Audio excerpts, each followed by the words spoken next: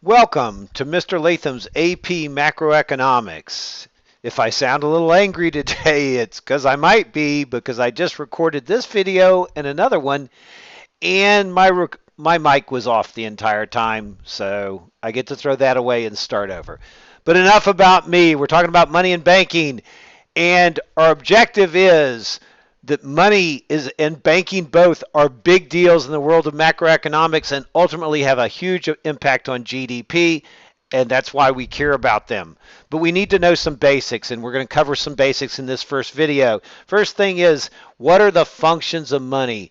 Well, first, there's as a medium of exchange. In other words, you walk into a store, hand them money, they give you stuff. That's nice, because it used to be you had to walk in with a big old pig under your arms. You traded the pig for a ladder or something like that, and it was really heavy and it was really inconvenient. So it's a lot nicer to have money as a medium of exchange versus barter.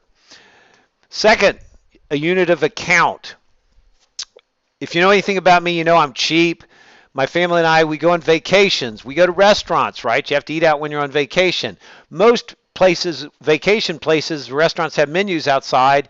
I check the menu. Are the prices okay? Are they not? We go in or we don't go in. If the menu doesn't have prices on it, in other words, if they refuse to give me the unit of account, do I walk in, ask them about their prices, or do I just leave? Of course, I just leave because I figure if they're not putting their prices on, they're too expensive for me. Then the third major function of money is as a store of value. You don't really want money. You want what money can purchase.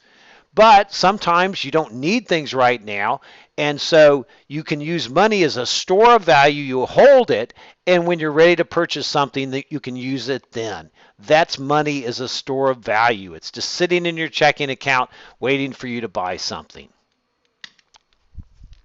Okay, now the classifications of money. We're going to have M0, M1, M2. M1 is what we're going to refer to as the money supply, but you still need to know these things, okay? M0 is currency, and coins also, that are held by people or businesses or whatever. It's not money that's in the bank, okay? Money that's held in the bank are reserves. It's not for use in the economy. But any money that we hold, we can spend, right? You have it in your pocket or whatever. You have it in your bank. You have it at your home. You have it anywhere. But currency that you hold is M0. Currency that's held by banks is not. Okay, so that's part of the money supply. The total money supply is M1. M1 includes M0. Okay, so currency is part of it. Plus, it includes checkable deposits. If you add currency, if you walk into a store with currency, you hand them the currency, they give you stuff, or you can write them a check. They'll also give you stuff, or you can hand them your debit card, and they'll take money out of your checking account. So both of them work equally well for purchasing, right? Both currency and checkable deposits. Also includes traveler's checks, not a big deal. But the two currency and checkable deposits are a big deal. Checkable deposits also referred to as demand deposit accounts, DDA. Those are a big deal because that's considered the money supply. That's what drives GDP. So M1, both of those, you need to know that. Okay, then we also have something we call M2. M2 includes all M1 plus near monies, things you can turn into money quickly. Even though it isn't money, you can't use it to purchase things directly, but it's not that difficult to convert it into M1, so we want to keep up with that also. That includes savings accounts, right? You can't take in your savings passbook or whatever and say, here, just take $500 out of my savings passbook. You can't do that. Okay, but you can transfer the money from your savings to your checking pretty easily, so it's nice to know that. Money market deposit accounts have substantial restrictions on them. So although they're a little easier to use than savings accounts, they're still not considered part of M1 or the money supply. And then small time deposits under $100,000. Once again, if you have a $5,000 or $10,000 certificate of deposit, you might take that, put it in your checking account, and spend it. And so that's considered a near money. When they get up to around $100,000, they don't consider them near monies because most of that money is isn't spent for extended periods. And then finally, money market mutual funds. Basically, these two guys right here, money market deposit accounts, money market mutual funds, just are held by slightly different entities, but they're basically the same thing. So M2 is not the money supply, M1 is, but M2 is important because it gives us a picture of the money people have available, or the near monies people have available they could turn into money if they chose to. Okay. Next, we want to talk about what backs the money supply. And you're going to say gold. No, it's not. It used to be a long, long time ago. Money was backed by gold. There were issues with that. Plus, the government couldn't print money so easily, and so they got rid of that. So money is no longer backed by gold. It's simply debt of the government. Okay. So paper money and coins are debts of the governments and of the Fed, and the Fed issues that money, and they're actually debt.